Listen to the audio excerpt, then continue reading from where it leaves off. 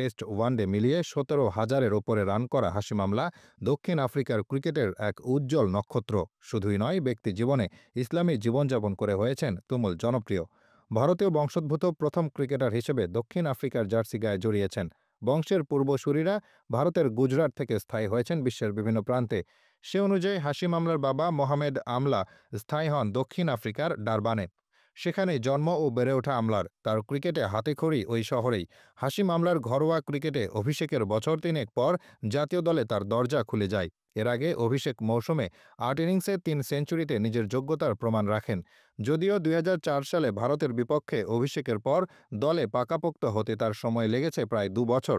২০০৬ সালে নিউজিল্যান্ড সিরিজে ১৪৯ রানের ইনিংসের পর স্থায়ী হয় তার জায়গা। টেস্ট অভিষেকের আরও বছর দুয়েক পর সীমিত ওভারে জায়গা পেলেও তার নামের পাশে সেটে ছিল টেস্ট ক্রিকেটারের তকমা। ভারত সফরেই জানান দেন সব ফরম্যাটে খেলার যোগ্য তিনি। ওই বছর ওয়ানডে ও টেস্টে ২ ফরম্যাটে তার ব্যাটে আসে ১০০০-এর ওপর রান। ওয়ানডে দলে জায়গা পোক্ত হওয়ার পর দ্রুততম ব্যাটার হিসেবে ৫,০০০ রানের মালিক হন।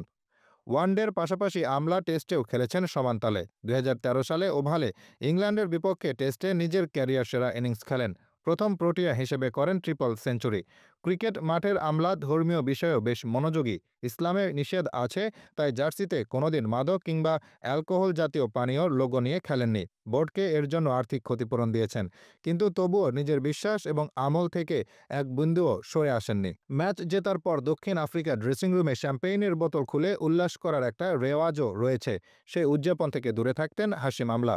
এক ধারাভাষ্যকার অযাচিতভাবে তাকে একসময় সন্ত্রাসী তকমাও দিয়ে বসেন। তবুও নিজের লক্ষ্য থেকে এক বিন্দুও সরেননি আমলা। ধর্ম আর ক্রিকেট চালিয়েছেন একসঙ্গে। দক্ষিণ আফ্রিকার মতো পশ্চিমা সংস্কৃতির ধারায় গড়ে ওঠা ক্রিকেট দলের সঙ্গে থেকেও ইসলামী জীবন ব্যবস্থা, ধর্মীয় রীতিনীতি তথা একজন প্রকৃত মুসলিমের জীবনবোধের দারুণ এক নজির স্থাপন করে গেছেন হাশিম আমলা। মাঠে ও ড্রেসিং রুমে সঙ্গী সতীর্থরাও তাকে অকুণ্ঠ সমর্থন দিয়ে গেছেন।